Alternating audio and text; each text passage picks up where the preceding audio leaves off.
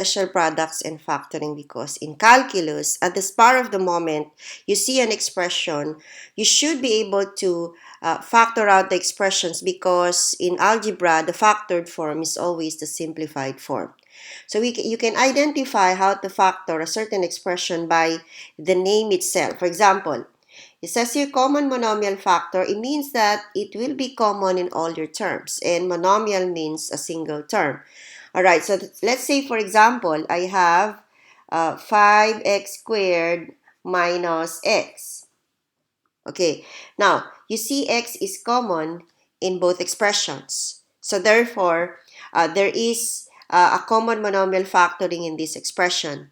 So this can be factorable by x. Now, why did I choose x? When it comes to the variables or letters, always choose the lowest exponent because you can divide each term of the expression by the lowest degree exponent of your variable. So you see, you can divide each of the expression by x. But if I'm going to choose x squared, I cannot divide x by x squared. I can divide it, but my answer would be x raised to -1. As much as possible, you would like your exponents to be always positive. So since x is a common term to both expression, dividing each makes the other factor equal to 5x minus 1 because x divided by x is equal to 1. Now, when you distribute x, it will always go back to 5x squared minus x. Now, if you have 12x squared y minus 15x cubed y squared plus, say, 30x raised to 4 y, say y cubed. All right, now, all of the terms have x and y. All right, now, therefore, x and y are common variable term for all of these expression would be part of our common monomial factor. Now, if, for example, I don't have y cubed here, all right, so y is not part of the common monomial factor because it's not present in the third term, so it could only be in the x term. Now, when it comes to the numbers, the numerical coefficients, you will have to choose the greatest common factor of all the numbers, not only 2, all of them. So the greatest common factor of this will be 3. So that will be 3, x and y. Now choose the lowest exponent of x, and that would be 2. And the lowest exponent of y is 1. Now we will have to find the other factor by dividing each of the term by our common factor, 3x squared y, each of them.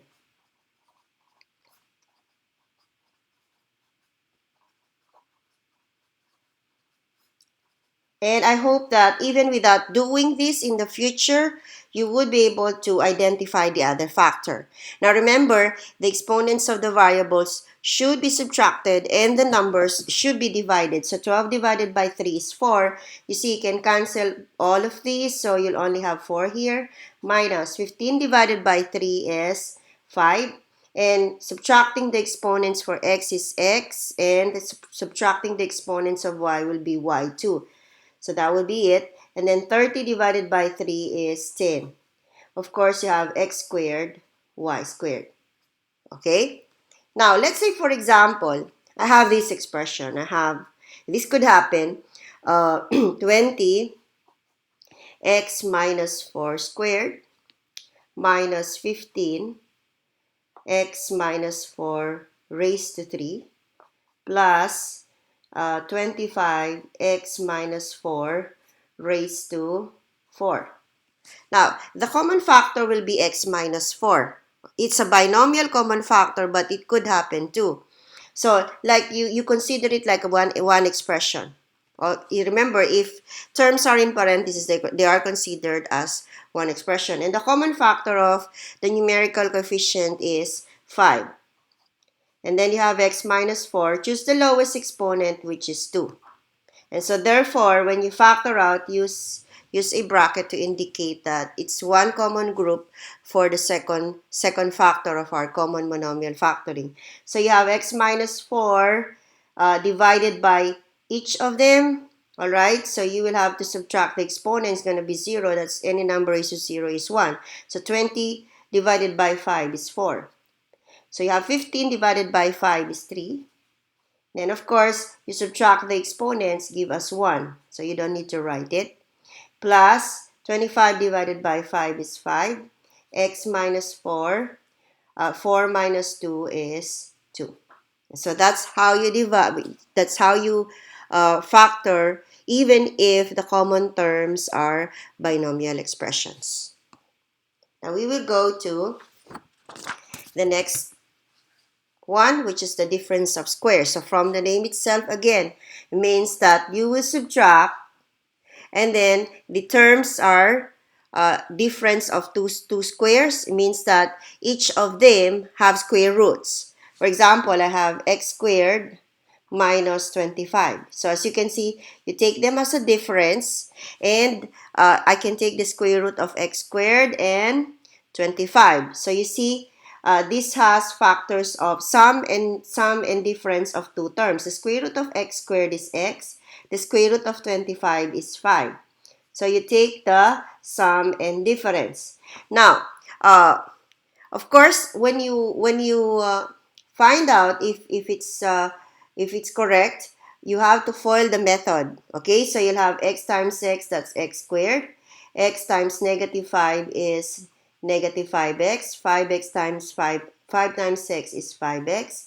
And 5 times negative 5 is negative 25.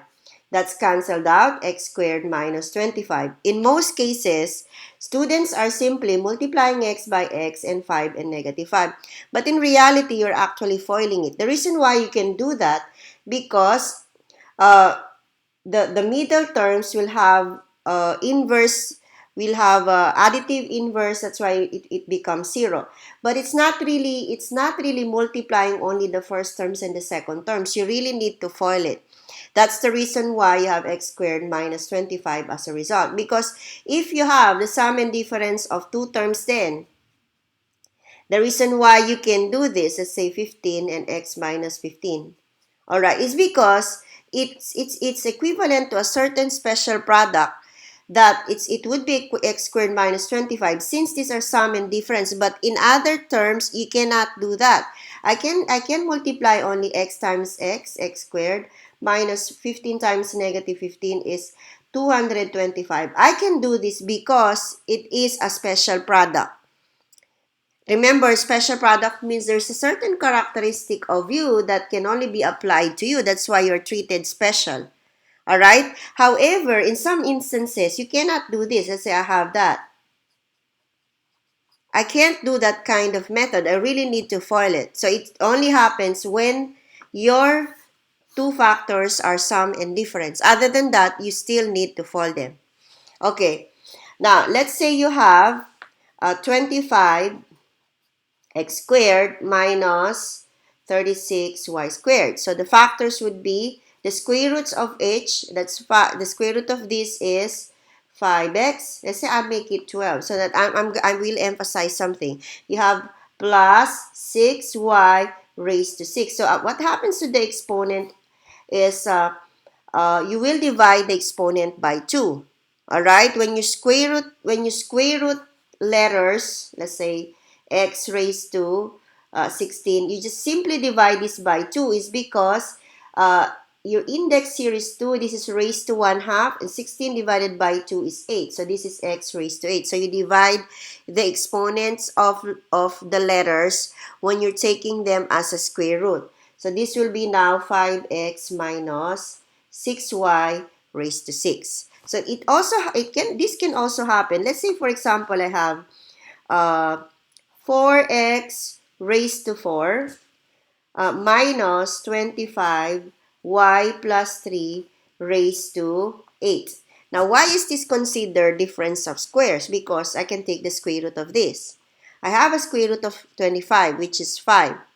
And at the same time, this is difference. And this is considered as one term. It's as if it's only y, but it's a binomial term. But the exponent can be divided by 2. If, for example, this is 7, I cannot consider it as difference of squares. So therefore, to factor this out, I'll use braces, brackets. So I have 4x raised to 4 is 2x squared. And the square root of 25 is 5. And then y plus 3. Divide the exponent by 2, that's 4. and you take the sum of the other two. So this can be sum, this could be difference. It doesn't matter. Okay, the signs doesn't matter as long as there's positive and negative. So I would have 2x squared plus 5y plus 3 raised to 4. So that's how you do difference of squares. So first, they have to be difference. Second is the terms have square roots, means that your letters, the exponents can be divided by 2. The numbers have square roots. Okay, and then you take the sum and difference of the square root of each term. Now we will go to a perfect square trinomial. Again, by the name itself, it's a trinomial, and you consider the first and the last term to be perfect square. For example, I have x squared plus 10x plus 25. Okay, so it's a trinomial first. Next is you have perfect squares with the first and the third term. What is the meaning of perfect square? I can take it as a square root. I can also take it as a square root. And then afterwards, I will have to test whether it's perfect square by taking the square root of 25, which is 5. Taking the square root of this, which is x. And then after that, multiply each of these. Multiply them to be 5x. And then multiply them by 2, which is 10x. This refers to the second term. All of these should be coordinated in order for you to consider it a perfect square trinomial. So therefore, the factors will be the square root of each, that's x. Now you take the sign of this, that's plus 5, raised to 2. So the products of perfect square trinomials is a square of a binomial. The product, the factors of a difference of squares are sum and difference of two terms. Now, what is the difference between the two? This is x plus 5 square. It'll be both x plus 5 and x plus 5. In the difference of squares, one is plus, the other is a minus. Okay, so if I'm going to fold this out, I would be getting this. So you have x times x is x squared, 5x is 10, and 5 times 5 is 25. Now, you have to fold in order to find out your answers. Okay, so let's say you have 25 x squared minus 40 xy plus 16y squared. Okay, so how do I know if it's a perfect square? So you have the square root of 16 is 4, and the square root of y squared is y. This will be 5x. So 5 times 4 is 20. And then xy, and multiply this by 2, you will get 40 xy. So therefore, this is a perfect square trinomial which can be factored by the square of a binomial, 5x and 4y, and follow the sign of the middle term, raised to 2. You can also express this as 5x minus 4y times 5x minus 4y. Okay? Now, the last one, I will have to consider binomial expressions. So, let's say you have 16x minus 2 raised to 4. Let's say I have here plus 9. So, I have 24x minus 2 square. Okay, so let's see if this is a perfect square trinomial. So, square root of this is 3. Sorry. The square root of 16 is 4. And the square root of x minus 2 raised to 4 is x minus 2 squared. Just divide the exponent by 2. If I'm going to multiply this, I will have 12x minus 2 squared. Okay, I will multiply it further by 2. I will be getting 24. So this is a perfect square trinomial whose factors will be this and this taken as a square. So therefore, the factors will be 4 times x minus 2 square minus 3, because that's minus, raised to 2. Or you can also express it as 4 x minus 2 square minus 3 multiplied by 4x minus 2 squared minus 3. So these are just the same. So therefore, in conclusion, when you do perfect square trinomial equal to a square of a binomial, you should also know what is the equivalent. So in a difference of squares, the equivalent will be sum and difference of two terms. Okay? In the perfect square trinomial, the equivalent will be a square of a binomial. Okay? Meaning you have a binomial and you take it as a square or an expression multiplied by itself.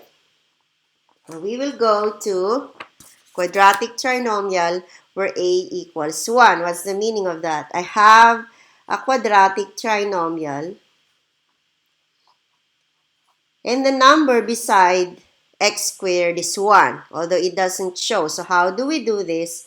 So what we should do is just factor out 10 in such a way I can have a sum of 7. And that would be 5 and 2 because 5 times 2 is 10 and 5 plus 2 is also 7, which is the middle term. Everything should be coordinated. So therefore, the factors of this is x plus 5 and x plus 2. And of course, you can always fall to check out whether your answer is correct or not. Now remember, if the last term is positive, we're talking about the last term. Alright? So there are only two possibilities, both positive or both negative. Okay? If the last term is negative, there are also like two possibilities, positive, negative, and negative, positive. Now remember, the highest term, that's why it's higher, always have the advantage of the sign. Okay, what do I mean by that? So let's say I have x squared plus 12x minus 32. Okay, so I will have to find factors of negative 32 that could have a sum of 12. And in this case, it will be 8 and 4 because 8, you see, 8 and 4, let's have a plus. Because 8 plus 4 is 12. Okay, so you see, you have to take positive for both because 8 plus 4 is 12. So you'll have x plus 8 and x plus 4. So what am I thinking? I was thinking of a negative, but in any case. So let's say I have x squared minus 14x minus 32. How do we factor that? So this is equivalent to 16 times 2. Okay, I have to choose that. You see, 8 minus 4 is 4. This is 16 minus 2 is 14. Now, this is negative. The higher factor is 16, so we will choose 16 to be negative because negative plus 2 is negative 14. So the factors will be x minus 16 multiplied by x plus 2. Alright. Of course, if you have y's, it doesn't matter whether you have y or not. So let's say I have x squared plus 12xy minus 28y squared. Okay, so we're trying to find factors of 28 to have a sum of 12, negative 28. That would be 14 and 2. Now, this will be positive because it's greater factor and the middle term is positive. So, therefore, the factors of this would be x plus 14y and then x minus 2y. How do I know it's like this? Because, 14y times negative 2y is negative 28y squared. So, it doesn't matter. Now, we will deal with binomial expressions. So, let's say I have let's say x plus 2 square minus x plus 2 minus 30. Okay? So as you can see, this is a quadratic trinomial because you see the highest exponent is 2, 1, 0. Alright, now the factors of negative 30 that could give me a sum of negative 1 would be negative 6 and 5. Because negative 6 plus 5 is negative 1. And negative 6 times 5 is negative 30. So to factor this out, okay, so how do we know that? We square root that. Because we square root x squared, we get x. That's x plus 2. Alright? Okay, and then after that, minus 6. And then you have x plus 2. And then plus 5. But in turn, this is equivalent to As you can see, this would be equivalent to x minus 4 times x plus 7.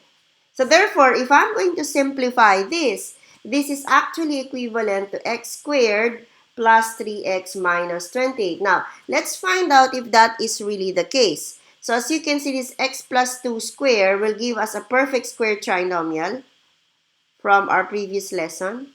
Okay? And then you have minus x minus 2 by distributing negative minus 30. So you have x squared. Combining x, that would be 4x minus x is 3x.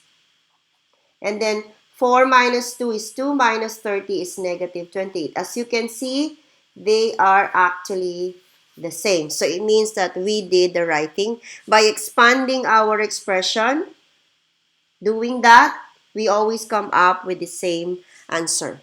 Okay, so I hope you get it that when you're factoring a quadratic trinomial, when the value beside x squared is just 1, just factor the last term in such a way that you get a sum of the middle term. And when the last term is negative, make sure that the higher factor gets the sign of the middle term. But of course, if the middle term is if the last term is positive, if the middle term is negative, both of them will be negative, and if it's positive, both of them will be positive. Let's go to the next. Now, what if you have a quadratic trinomial where a is 1? So there is a process we call it an x method, but of course, let's find out how it is. So you have, let's say I have 4x squared minus 12x plus 5. Now, how do I know if I can factor this? Now, notice that I cannot use the method from the previous because this one is different, but it could relate from the procedure of the previous. So, what do I mean by that? I always use the AC method first. AC means multiply your A and C. And our A here is 4 and my C is 5, and that's 20. Okay? So, and after that, after finding the product of the first and the last term, factor this in such a way that I will have a sum of negative 12. And that would be negative 10 and negative 2. So therefore, this is factorable by itself. What do I mean by the X method? Okay? On top, you multiply A 4 and 5, and that's 20. Okay, at the bottom, you take factors of 20 that gives out a sum of negative 12. And we know in negative, and that we know that it would be equivalent to negative 12 here. And so therefore, the factors will be negative 10 and negative 2. But that is not the case. You might be thinking, some students would write it like this, which is actually not right because x times x is not 4x squared, so this is wrong. There must be another procedure you need in order to come up with the proper factor of this. So what you can do here is to divide each of these expression by 2, by 4. So divide this by 4, divide this by 4. And so you have negative 2 over 4, which is equivalent to negative 1/2. Negative 10 over 4, which is equivalent to negative 5 over 2. You need to simplify. And so the factors of this should be x minus 1/2 and x minus 5 over 2. If this is an equation, you would see that, let's say this is an equation, you would see that x is 1/2 and x is 5 over 2. But this is not an equation, all right? This is an expression. You need only to factor out. If this is equal to 0, you have to find the values of x to be like that. And after that, to simplify this expression, just write this in front of your x term. Also this. So therefore, the factors will be 2x minus 1 and 2x minus 5. You can actually use the smiley method in order to find out if you have done perfectly your factors. 2x times 2x is 4x squared. Negative 1 times negative 5 is positive 5. Negative 1 times 2x is negative 2x. and 2x times negative 5 is negative 12x, which gives us a factor of 4x squared product minus 12x plus 5, which is actually the same. So that's how you factor quadratic trinomial using the AC method or the cross method or the X method. It doesn't matter. So let's have an for factoring quadratic trinomial when a is greater than 1. So let's say I have 15x squared minus x minus 2. Okay, again, we will use the cross method. Okay, first we have the AC here and we have the B here. So you shouldn't get lost because if you have AC, the last letter would be B. Alright, so therefore this will be negative 1 and 15 times negative 2 is negative 30. So you would like to have factors of negative 30 and get a sum of negative 1. It means that the greater factor should be negative because the middle term is negative. Now, when you take the product, this is negative. So, one is positive, the other is negative. So, therefore, we will have negative 6 and positive 5 because negative 6 plus 5 is negative 1. Okay, compared to 6 plus negative 5, that's positive 1. Okay, and of course, the next procedure is to divide each of these by A, which is 15. And so therefore, you have 5 over 15 and negative 6 over 15. So this gives you 1/3 as the simplest form, and this gives you negative 2 over 5 as the simplest form of it. Alright, so therefore, you will have factors x plus 1/3 and x minus 2 over 5. So if you're solving the equation, let's say this is equal to 0.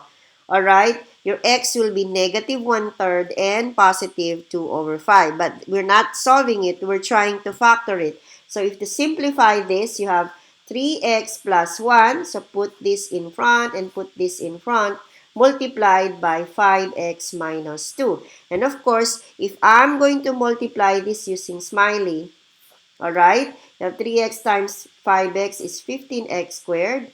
1 times negative 2 is negative 2. You can also make use of the FOIL method. It doesn't matter.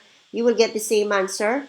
And of course, you will have a product of 15x squared, okay, minus x, this is 5, minus 2, which is the same as that. Okay? So remember the procedure for factoring quadratic trinomial when your a is greater than 1. First is you find the product of a and c and factor that out in such a way you get the middle term. And then after that, you divide the factors you are thinking by a. That's the last step. And of course, you simplify the expression. You probably will have a fraction by putting that denominator in front of x.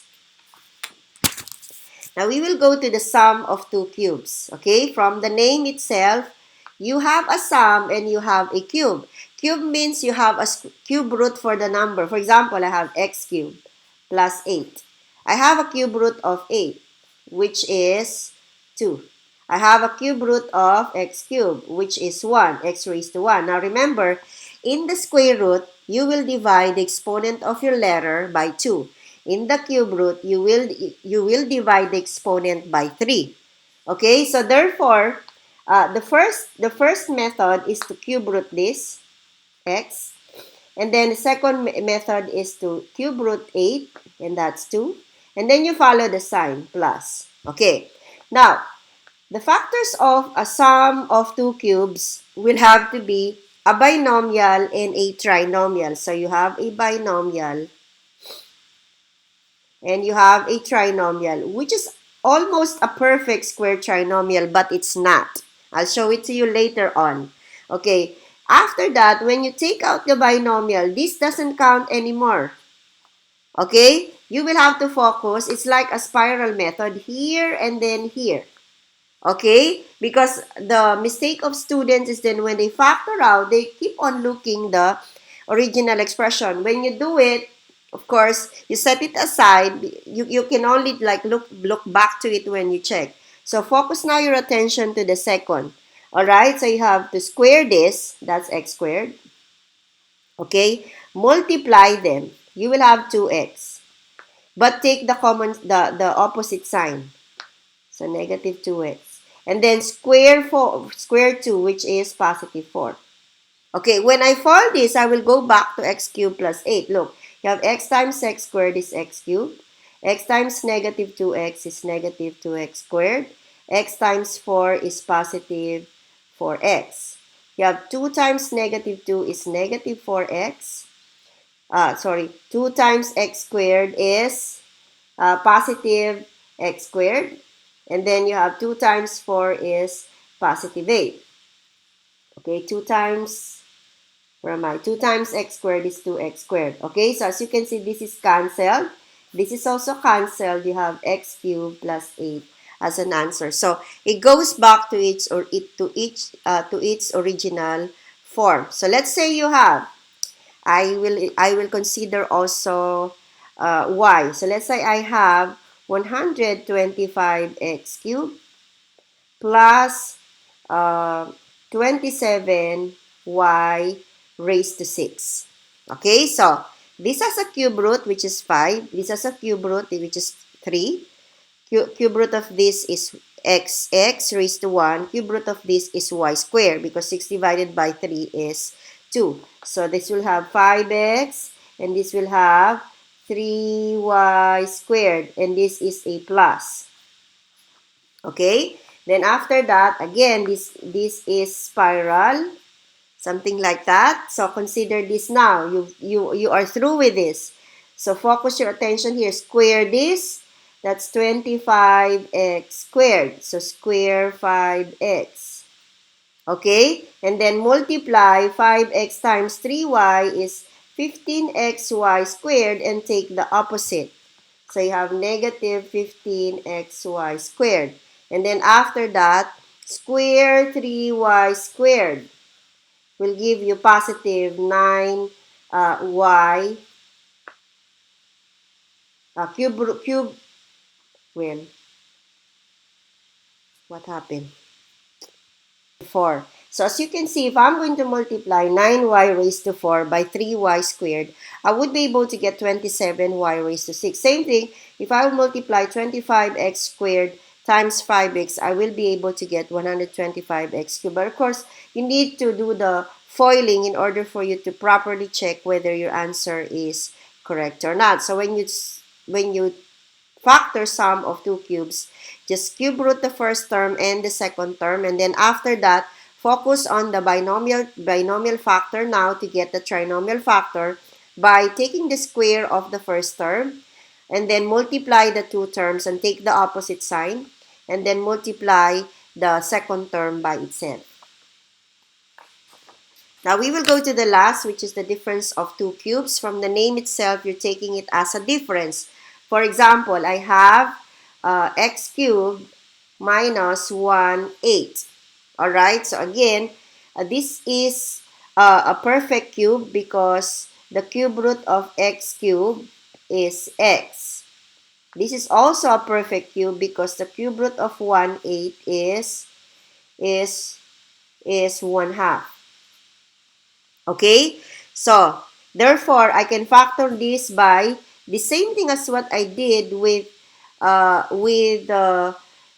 sum of two cubes. We get the cube root of x cubed, which is x, minus the cube root of 1/8, which is 1/2. So again, taking it spirally. So focus now your attention with this to get the trinomial factors. So square this, you will have x squared. You square this is 1/4. Then multiply x minus 1/2 gives you negative 1/2 x, but you take the opposite.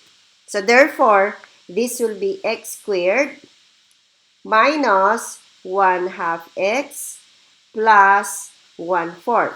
Okay, I told you this is almost a perfect square. You see, square root of this is 1/2, square root of this is x. But if I'm going to multiply 1/2 times 1 is 1/2, I should have to multiply it by 2 and get the middle term. But unfortunately, it's not. So it's almost a perfect square. This is a perfect square if this is 1, but it's not. Okay, so therefore, this is not really factorable by a square of a binomial. Okay, let's have another example. So let's say I have x cubed minus uh, 64 y raised to 12. So how do we factor this? So again, we take the cube root of x cubed, that's x.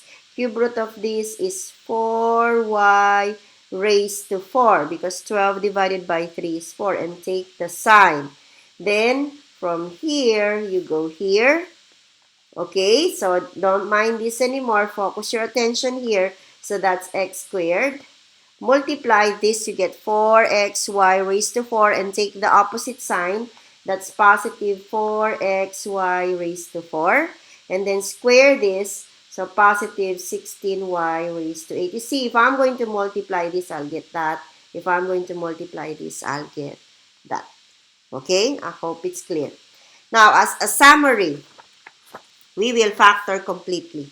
Okay, how do we factor completely? The first method is find out if you have a common factor. For example, I have 12. Now, this is the time to figure out which factoring procedure is applicable for a certain expression. Let's say I have 12x squared, okay, minus 27y squared, okay? So, as you can see, I have a common factor that's 3 because 12 and 27 are factorable by 3. So, I'll have 3, and then I have 4x squared minus 9y squared. Okay, now after that, find out if the second factor can still be factored out by something else. And as you can see, you have a minus here, so therefore it's a difference. 4 has a square root, which is 2. 9 has a square root, which is 3. Our variables, the exponents are all divisible by 2. So this is a difference of squares, which is factorable by sum and difference of two terms. Sum and difference of two terms.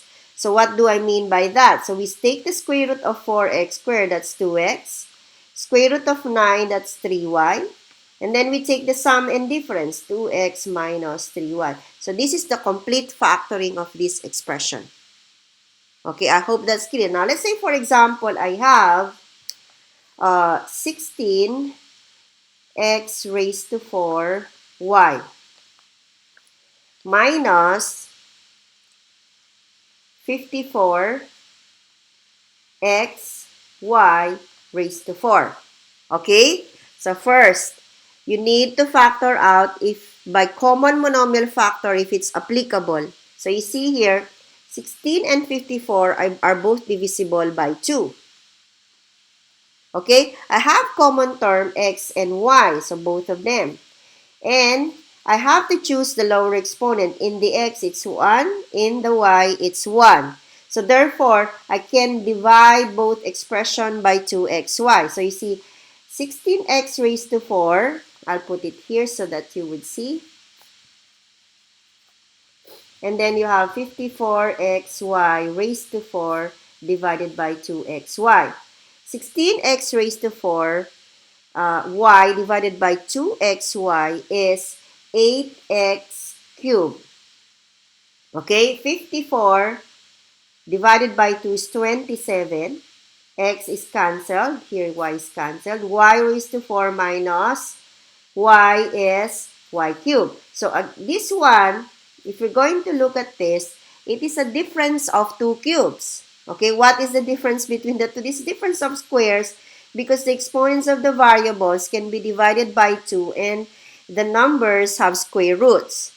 This is a difference of cubes because the exponents of the variables can be divided by 3 and, I forgot the 27 here, and 8 and 27 have cube roots. The cube root of 8 is 2 and the cube root of 27 is 3. So therefore, I can factor this by difference of cubes. Remember, if you have difference or sum of cubes, the factors are trinomial, and a binomial. Okay, so we get first the binomial factor, which is the cube root of this, 2x. Cube root of that is 3y. And focus now our attention here and manipulate this in such a way we get the almost perfect square trinomial factor. So you have 2x times 2x is 4x squared. Multiply this, you will have negative 6xy, but I will take the opposite sign. That's positive 6xy. And 3y times 3y, negative, would be 9y squared. So this is the complete factoring of our expression.